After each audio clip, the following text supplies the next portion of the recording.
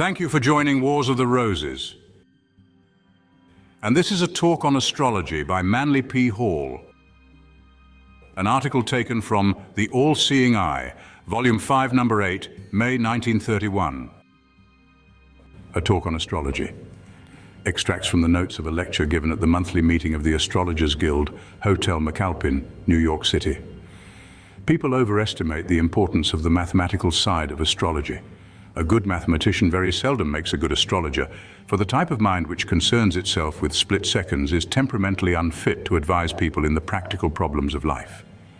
The truly successful astrologer combines one part of mathematics with 99 parts of common sense. It is not overly difficult to set up a reasonably accurate horoscope. In fact, this can be done by any individual capable of adding up their grocery bill. A normal human being with an ordinary development of memory can remember a sufficient number of keywords for planets and signs to take on the semblance of an astrologer. Why is it then that out of 100 individuals who can set up a horoscope and memorize the meanings of the planets and signs, 99 will never be astrologers? The answer is evident upon a moment's consideration. The astrologer must interpret the stars according to his own experience and understanding. Astrology actually begins where the average astrologer leaves off. Most people know practically nothing concerning the greater realities of life. They are unqualified to advise others, for they have never solved their own problems. A wide range of experience in every department of life is indispensable to the practicing astrologer. Words mean what we understand them to mean, and the breadth of our own consciousness must measure all interpretation. The young soul living in a world of good and evil will interpret the stars in terms of good and evil. The old soul, living in a world of infinite wisdom and law, is thus capable of interpreting the celestial influxes along grander and more adequate lines. There is a little secret in the successful practice of astrology which the average layman does not know. Several of our most successful astrologers do not even set up the horoscope, simply reading the positions of the planets out of the ephemeris, and securing in this simple way sufficient information for all practical purposes. A person who is constantly in contact with human nature soon gains the uncanny ability to sense instantly the several complexes which man is heir to. The tone of the voice, the raising of an eyebrow, the gesture of the hand. These things instantly reveal the most esoteric, the innermost attitudes of the mind. When a man comes declaring himself to be in trouble, an experienced astrologer seldom needs to set up a horoscope to find out why. One appraising glance generally renders the whole matter transparent. If we were not all egotistic, we would always know why we fail and what we should do in order to improve our estate. Long contact with human nature, years of active practice as a sort of social physician and father confessor, plus the proper fundamental attitude on the part of the astrologer ensure a great measure of success and entitle respectful consideration of the advice that is given. Therefore, if the astrologer would achieve greatly in this field, he should close his books, throw away his scratch pad, and hie himself into the marketplace of life.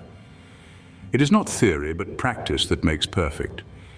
We memorize too much and think too little, and when a serious moment arises which tests our erudition, we proffer patent formulas when only individual thought based upon wise assimilation of experience can really meet the need.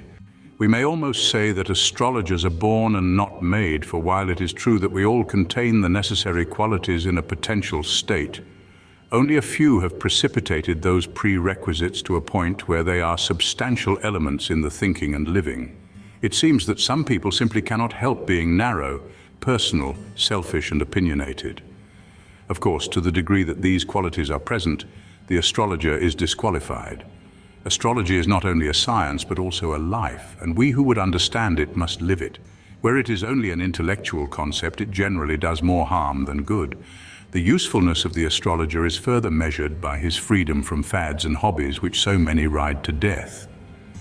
The human mind seems to naturally run to fads. One year it is tonsils, and the next year it is buttermilk. Today it is gland serums, tomorrow it is yeast. Astrologers are just human beings, for while the subject of their study is profound, almost beyond conception, it does not necessarily impart a universal consciousness to its devotees. Hence, nearly all astrologers have pet opinions which are often a menace to the integrity of their advice. To one, the prenatal epoch has an all-absorbing interest, so that why an individual is born becomes of no importance when compared to discovering when he was born with an unnecessary exactness. Another has fussed himself into a blue funk on geodetic equivalents and the probable effect of meteors on the prohibition problem. A third declares without hesitation that the part of fortune was the product of the senility of the Arabs, while a fellow member of the profession loudly affirms that without pars fortuna, the whole integrity of the science collapses. All of which reminds one a little of how Nero is supposed to have played his harp while Rome was burning. The true purpose of astrology is to contribute in some definite measure to the well-being of nature. This end is defeated by the whimsies of men who can never forget themselves long enough to accomplish the greatest good.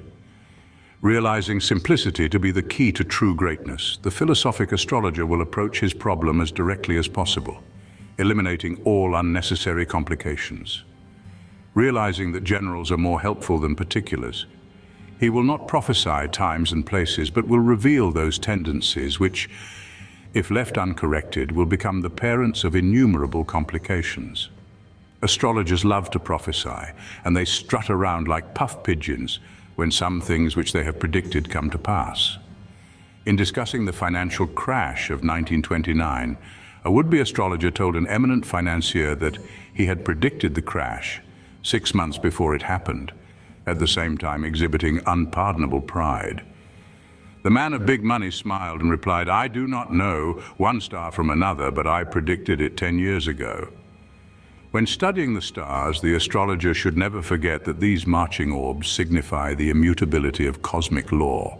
The prophet many times is but a man who has sufficient confidence in the integrity of life's plan to dare to rise up and say that the things which we do today will produce tomorrow a harvest of consistent consequences. Thank you for watching, and please don't forget to share, like, subscribe, and comment, and if you can, please consider donating to Wars of the Roses. Links to PayPal and Patreon are in the description. Thank you so very much.